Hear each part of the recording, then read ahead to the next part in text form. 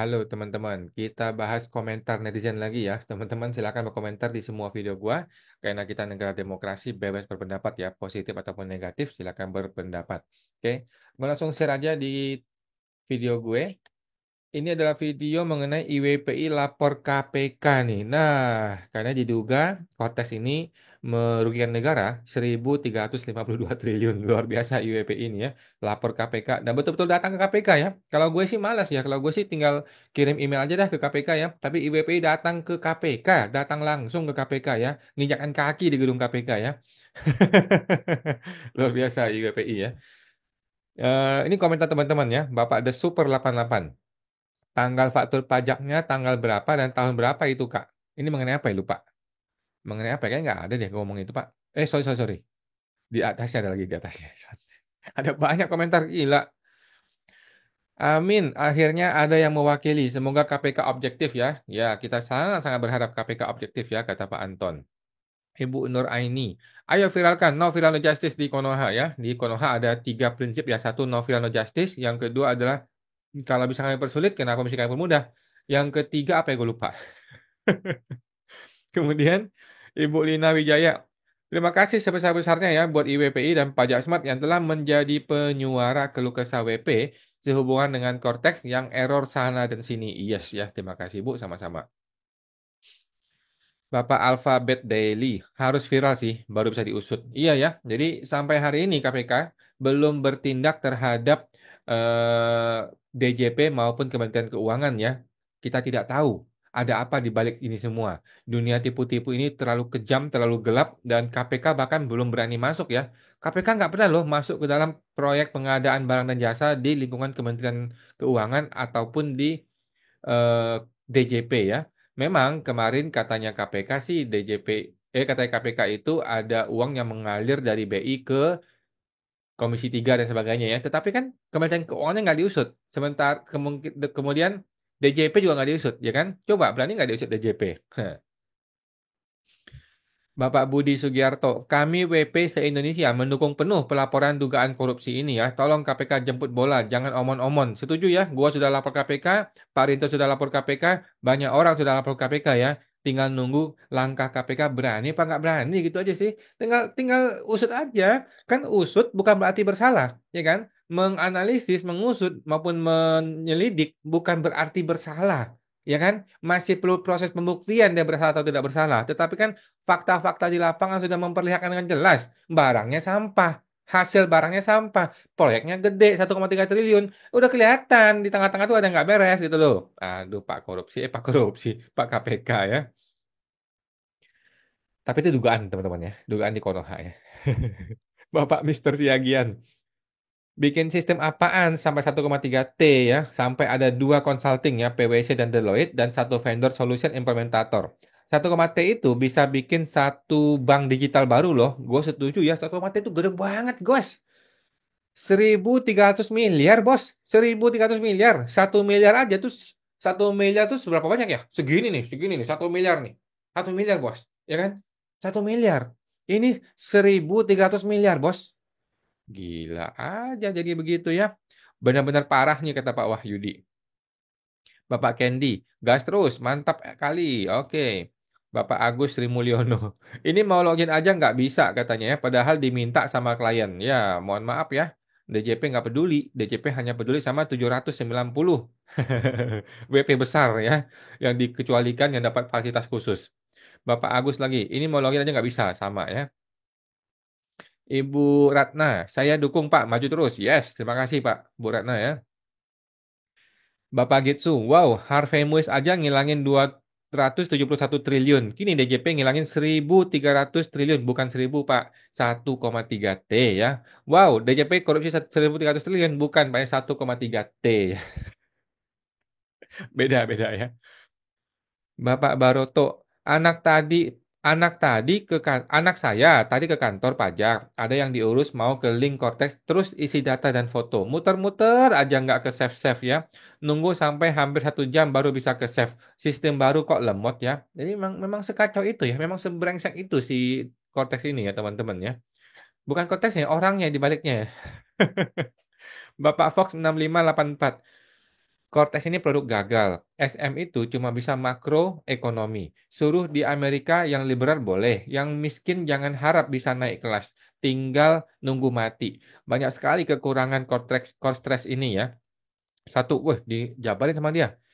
Satu, nama perusahaan ditampilkan tidak penuh. Goblok banget. Nama perusahaan di Indonesia depannya banyak yang hampir mirip. Ini yang buat kesel setiap buat transaksi. Nama yang sama harus diisi ulang nomor MPP lawan transaksinya.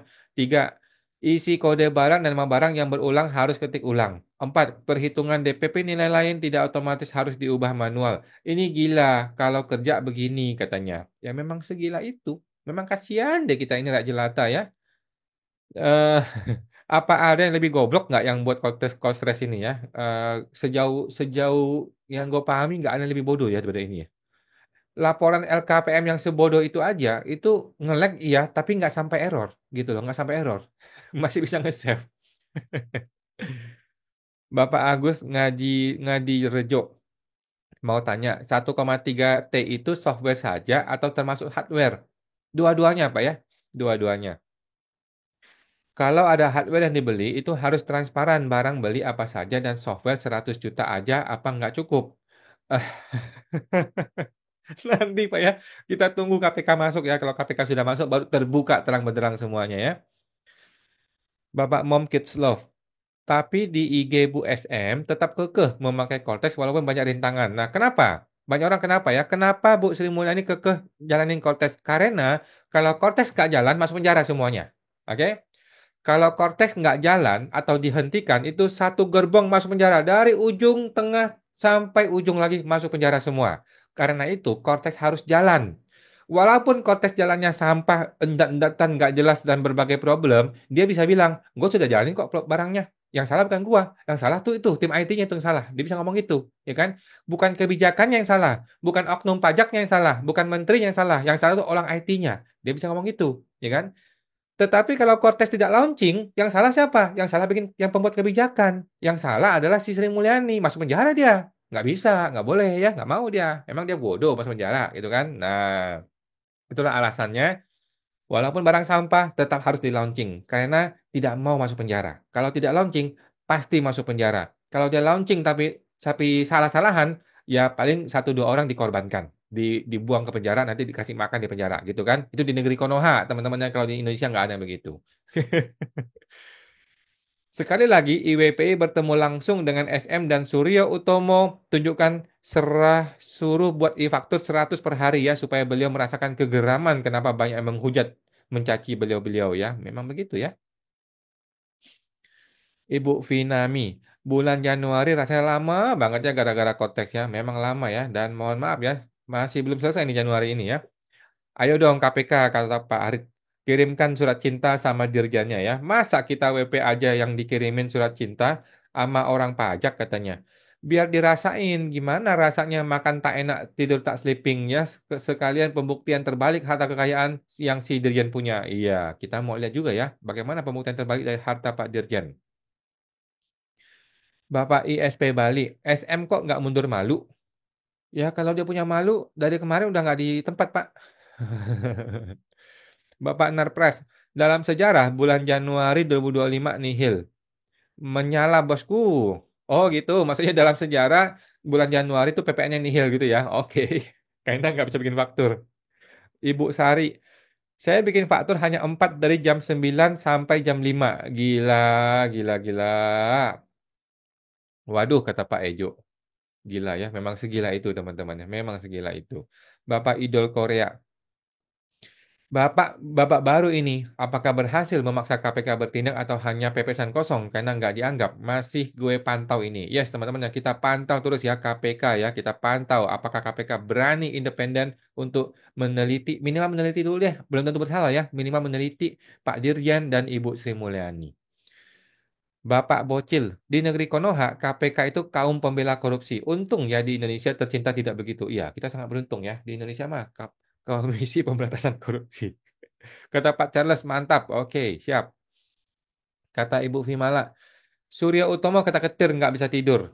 Jangan hanya WP aja yang nggak bisa tidur kalau diperiksa KPP ya. Biar DJP merasakan bagaimana kalau diperiksa KPK. Bisa tidur nggak dia? Memang kita coba ya, rasain. Berani nggak dia ya?